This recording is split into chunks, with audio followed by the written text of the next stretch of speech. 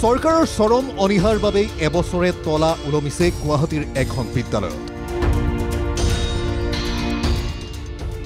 অনিশ্চয়তাত বিদ্যালয়খনৰ কণ কণ শিক্ষাৰ্থীৰ ভৱিষ্যত। এটা শ্ৰেণীকোঠাতে চলিছে এখন বিদ্যালয়। সকলো সা সুবিধা থকা সত্ত্বেও বিদ্যালয়খন এবছৰে বন্ধ কৰি ৰখাৰ আঁৰৰ ৰহস্য কি?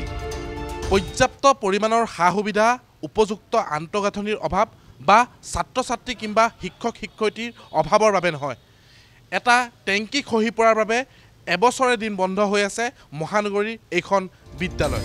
দিছপুৰৰ পৰা নাতি দূৰত থকা এইখন জু ৰোডৰ শিশু বিদ্যাপীঠ চিৰিয়াখানা LP স্কুল।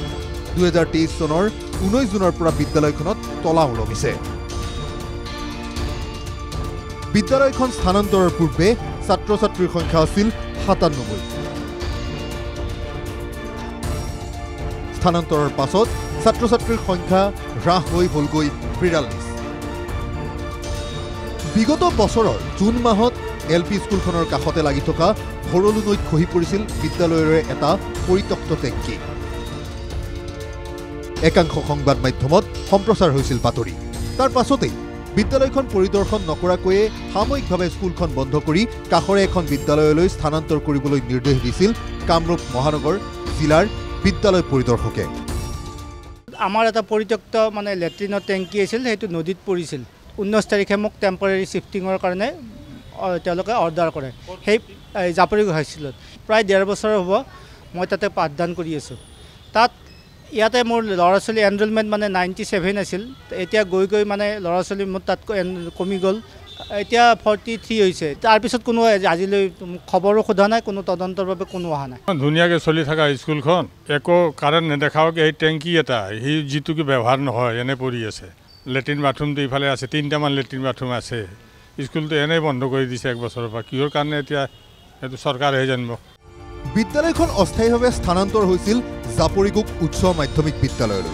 বিদ্যালয়খন স্থানান্তৰ কৰা হ'ল ঠিকেই, কিন্তু যিখন বিদ্যালয়লৈ স্থানান্তৰ কৰা হ'ল সেই বিদ্যালয়খনতো নাই পৰ্যাপ্ত শ্ৰেণীকোঠা, যাৰ বাবে একেটা কোঠাতে ক শ্ৰেণীৰ পৰা 5ম শ্ৰেণীলৈ পাঠদান।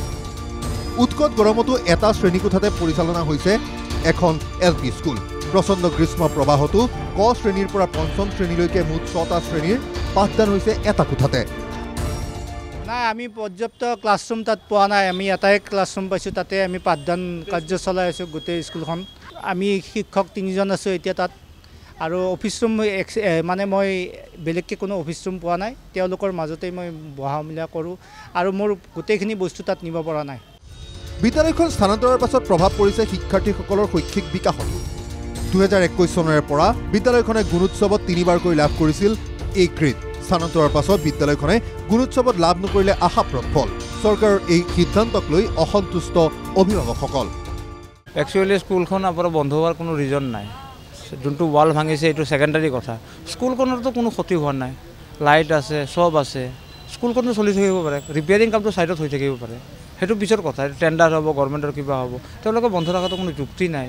এইটো অযথা বন্ধ ৰাখিছে, বন্ধ ৰাখি আমাক হেৰেছমেণ্ট দিছে গাৰ্জিয়ানবিলাকে। চব শ্ৰেণীয়ে মিলি আছে, এটা ক্লাছতে মিলি আছে। আচলতে শিক্ষা বিভাগ চলিছে কেনেকৈ? পূৰ্ণাংগ এখন বিদ্যালয় থকাৰ পাছতো এটা শ্ৰেণীকোঠাতে কেনেকৈ পাঠদান হৈছে এখন বিদ্যালয়ৰ, ইয়াৰ খবৰ ৰাখিছেনে?